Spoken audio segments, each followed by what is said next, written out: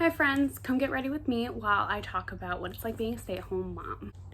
So first off, if you don't know me, my name's Kim. I'm with KMA Photography and I'm also a stay-at-home mom and content creator. That being said, I have been that for about 2 weeks now, and let me tell you, it is a challenge. It is different than what I've been doing the last 2.5 years of my daughter's 3 years of life. It is intense. It is a lot. I have always sent kudos to those who have been stay-at-home moms for like ever or for multiples of children. I only have my one, but I do not take back any of that because it is not for the weak.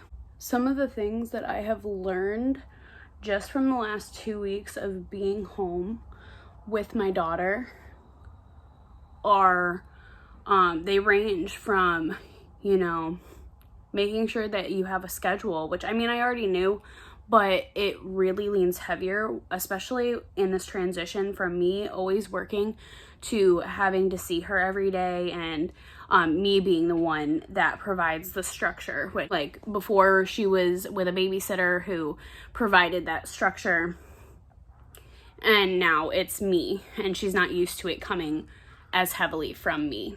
With that structure change came the fact that I am the primary enforcer of it, which my daughter's not used to. The way that we did it when I was working was I took the mornings.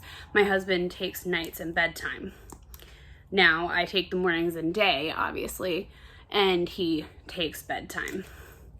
But I never really had to do naps because she went to a babysitter. And that was fine. We've had a little bit of a nap regression. I attribute that to, because it's not that she doesn't get tired. She does get tired. It's just she doesn't want to nap until later in the day. And I feel like it's just because of the schedule change and because everything's kind of weird now for her, that might be contributing to the I don't want to nap thing that we've got going on. Another thing that we have been experiencing is, or I have been experiencing, honestly, is the isolation that comes with being a stay-at-home mom. I guess I always knew that it was there. I have friends who are stay-at-home moms, and that's part of the reason I was like, I could not do it before now. I was like, I could not do that. How do you guys do it? Is because it's not an intentional isolation. You have your friends who are like, hey, I'm here if you need anything, but like, especially if they don't have kids, they don't get it. They don't understand how deep that isolation goes. When that kind of thing happens, your friends have their own lives, they have their own responsibilities, but when you're staying at home, you can't even go poop by yourself. And that's unless they're strapped into the high chair doing something. In my case, I set up like some type of sensory activity for my kid, and that's my poop time. But like, that can be really stressful if it's a rough morning, or if they don't want to follow the schedule, or if like their schedule that gets disrupted for whatever reason. And that contributes to, meltdowns, like a morning of meltdowns with toddlers and parents. I've had a couple of them myself where like, I'm just exhausted, or nothing's going right, or just yesterday I spilled my coffee and I just wanted to sit there and cry, and I was like, why today? Why this? But just, it's nice to be reminded, like, check in on your mom friends. See if there's anything that you can do. Like, if you could take 10 minutes to let them go poop, do that. If you can, like, let them go shower. This is the first shower I've taken in like 3 days because I just haven't had the time. We had a lot of like doctor's appointments at the beginning of the week. We had a lot of things that I had to do that was not content creating. And, I just did not have time to shower. And on top of that, I'm still doing my regular mom duties. I'm still doing the dishes. I'm still making sure everybody's fed. I'm still making sure that, you know, and on top of that, today is my husband's birthday. Happy birthday, Dustin. Like, we've just been prepping and preparing and doing all of that. Nobody means to isolate you when you're a stay-at-home mom, but it just happens because people have lives and they don't, like, think about it. They're like, oh, well, you know, they're just getting it done. They're just getting it done. But, you know, that doesn't mean it's not hard. So, like I said, if you don't have kids or you have a friend with kids, make sure you're checking in on them. See if there's anything you could do. If you've got 10 minutes, you know, ask them, is there anything that they need, you know? But if nothing else, even if they need nothing, it'll make them feel better. It'll make them feel like, you know, they're cared about and they're thought about, because it can be really easy to get into that mindset of like, nobody cares about me and nobody thinks about me. I'm the caretaker for everybody else, but nobody is here for me, you know. I saw a post on Facebook the other day that said adults need villages too, and I am somebody who 1000% supports that. In my previous videos, I have said, you know, I'm trying to build a community for that exact reason. I don't think we support each other enough. And maybe that's a pretty blunt statement, but I mean, look at us. How much judgment do you see on a daily basis? How much judgment do you participate in? Maybe not maliciously or meaning to, but the amount of, especially when you're in the mom community, you see it all the time. You see those moms who are like, oh my gosh, you shouldn't do that. You should, and like giving unsolicited advice and just being absolutely rude and tearing each other down. It's awful. It's awful, and it's unnecessary, and it's not productive. Honestly, it's really not. So that is kind of what I've learned in being a stay-at-home mom. It's so easy to throw stones, but like, when you don't know and you don't understand, or you've never experienced it, or it's easy to accidentally like hurt somebody if you've just never been through it or don't understand. But just, you know, keep it in your mind's eye. You know, moms need to be checked in on too, that their health is important too. You know, I could take the opportunity to go through that Lindsay Clancy thing, and I'm not going to, but you know, you see this whole community of moms coming forward saying, I'm struggling and nobody is checking in on me. I need help. So that's part of this platform building, is, you know, recognizing those voices and saying, hey, I'm here. How can I help? Because you're not alone. You're not by yourself. You know, chances are there is somebody out there who feels exactly or very similarly to how you feel. So that's the community I'm trying to build here. You know, most of these moms that I'm seeing them, they're doing a fantastic job, and you would never know that they are struggling like that they are hurting like that, because like I said, it's very isolating. The nature of the job is very isolating. So, you know, just keep that open mind. Keep that in the back of your mind, especially if you interact or you have friends who are moms who are struggling, people who, you know, have struggle with their mental health. You know, make sure you're checking in. You know, obviously don't push your own boundaries. If you don't have the emotional capacity to take that, please don't. You know, you gotta survive too. You're important too. But make sure that you are checking in on those people, because you never know. You don't know how deep it goes. You don't know how hard that person is going through or how well they're doing at masking it. There's absolutely no daggone way I was gonna let y'all see me put on liner, because it's always a hot mess. It is what it is. There gets to be a certain point where I just give up. You know, we tend to forget about, you know, what it's like being a mom, you know, and that's not all true. You know, some people just don't understand. Some people just don't know what it's like. You know, yeah, there's the typical things. There's, you know, the things you'd expect, like, you know, doing the mom stuff and making sure everybody's good. But that it comes more than just being with the baby. It comes way more than just, you know, getting up, feeding breakfast, feeding lunch, feeding, making sure that they go down for a nap. It's also, you know, How do we get some time? How do we problem solve? You know, how many times have my kid had tantrums today? And, you know, I had to sit there and not get triggered because, once again, I'm a mental health mom. I struggle with my mental health too. I have my own triggers. So when my kid's screaming, how am I trying to regulate myself on top, which is exhausting in and of itself, by the way, whenever I'm trying to regulate myself and my reactions so that I can keep control over the situation and so that my little human can keep, you know, faith that I have my head on straight when they can lose her freaking mind, you know.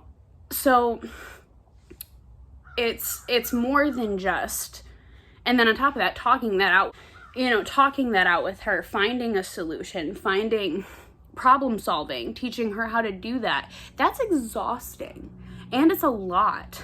And it tests every single trigger you have. I promise you, if you are not a parent and you're watching this, I promise you, you have triggers you don't even know about until you're a parent, let alone the parent of a toddler, because they will find them. They will find them. They don't mean to. It's not malicious. It's not intended. But they will find every single trigger that you didn't know you have. So if you thought you were healed, strap in, because even the most healed is not the most healed, because there are triggers that you don't even know about because you don't encounter it on a day-to-day basis until you're a parent. And that's hard. That self-work is hard. I think that was probably one of the hardest things to learn being a parent, whether you're a stay-at-home parent or a working parent, is knowing that you have triggers you don't even know about. If you followed my story for a little bit on TikTok, you may have heard me mention that I was actually diagnosed with CPTSD right after my daughter was born, when she was about 3 months old. Up until that point, I was diagnosed with depression and anxiety for probably almost like 3 or 4 years at that point. So it's just, I don't want to say I was misdiagnosed, but I almost feel like I was, given the history and the information that backs it. But I didn't have flashbacks like I do now. And so I didn't see it the same. I didn't see it the same when I was coming into being a parent. I didn't see it the same as Bean's typical interruption. Sorry. I didn't see it the same as like having my triggers for my PTSD versus my triggers for my depression and anxiety. I didn't see it as the same thing. I don't know why, looking back, I didn't see it as the same, but I didn't. And I wish I did, and I wish I had known, because it would have just flipped my entire perspective. And I don't know. Being a parent shifts everything for you. Everything. You know, it flips your whole perspective on yourself. Not just, you know, kids but it flips your entire perspective on yourself too. You know, you learn so much about your own mental health and your own mental standing when you're a parent, because you have to be aware of those things. You have to be aware of, am I triggered, or what's triggering me right now? Because you don't want that to bleed into your kids. You know, you don't want something that's going on with you to affect your kids. That's the goal, right? At least that was my goal. You know, I had trauma. I didn't want that to affect my child, which came with a lot of inner work, a lot of interventional work. I went to therapy for quite a long time, patient-centered therapy, EMDR therapy, cognitive therapy. So it's still a learning curve, because sometimes I still can't wrap my head around the fact that I'm a parent with CPTSD, and I didn't mean to be. Because when I had gotten pregnant, I was depression and anxiety. So when that transformed, when I became a parent, it was very shell shocking for me, even though like logically, like thinking about it in hindsight, it shouldn't have been. It really was. And it just flipped. It was an entire perspective shift. So I say all that to say, like, when I talk about that inner work, and I'm talking about moms, and I'm talking about you checking in with your friends and your mom friends, like, that's why it's so important. These things are happening, and we don't even have time to wrap our heads around it, because we're still making sure that everybody else is good, that the kids are good, they're fed, they're happy, they're playing, they're engaged, they're learning, they're being constructive, they're being kind. You know, there's other aspects of that too, you know, but everything, our entire day is centered around our child. Whether or not I make content is centered around whether or not she naps. It's a lot. It's a lot. And meanwhile, you have to silently do that inner work, and you're doing it alone. It's very isolating. Like, when I say it's very isolating, I mean it's very isolating. So make sure that if you're going through this, if you're the person going through this and you're watching this video, please make sure that you are reaching out to your support system. Reach out to your village. Reach out to your friends, your family, anybody who will listen. My inbox is always open. I tell that to people on TikTok. You can follow my Instagram. My DMs are open. I do look through them. Please reach out, because isolating yourself when you're doing that inner work can be so it can be so damaging. And I want to make sure that some of those voices are not, you know, hurting you more. So whether you message me, reach out to a therapist, there's actually on TikTok, I'm seeing so many things about like teledoc or, you know, virtual sessions. Please reach out to them, look into it. It's certainly worth it. I promise. I believe the last time I checked, please don't quote me on it, but the last time I checked, 1 in 5 women experience some type of postpartum issue, some type of postpartum like depression, anxiety. Postpartum rage is a thing that I actually wasn't 100% sure on, but like if you had asked me, I probably would have thought that I would have experienced that, having PTSD. I really thought that because I had, you know, irritability and like anger issues resulting from my trauma, that I would have had postpartum rage. I did not. Thank God people on TikTok have made that more accessible and that knowledge more accessible, because, you know, that's scary. It's terrifying. I've been in situations where I've been having a traumatic reaction or a traumatized reaction where I'm in rage mode. And that's how I can relate to postpartum rage. It's the only way I can relate to postpartum rage. But I remember coming out of those situations so scared and so upset, like upset with myself, very sad, very angry, and very scared. And I can only imagine doing it with littles, like the amount of guilt that these moms probably feel is absolutely heartbreaking to me. So please make sure that you're reaching out, make sure that you are using your resources in your village, and if not, start building a village, because we're here and we see you. I'm gonna try to do my lipstick and talk. I don't know how this is gonna go, but yeah, it didn't work at all. Anyways, mamas, I hope you are having a great week. I hope you are giving yourself grace, forgiveness, and I hope you have that mindset of, you know, we're gonna try again tomorrow. I've had to use that on myself a couple of times where we'll try again later, we'll try again tomorrow. It's okay, it's not over. This isn't the last of it. We can always try again. So don't forget to like, subscribe, comment, let me know what you want to see. Let me know if there's anything that you'd like me to touch on, or any questions you might have, and I will try to get to answer them. I hope you have a good week, and I'll see you later.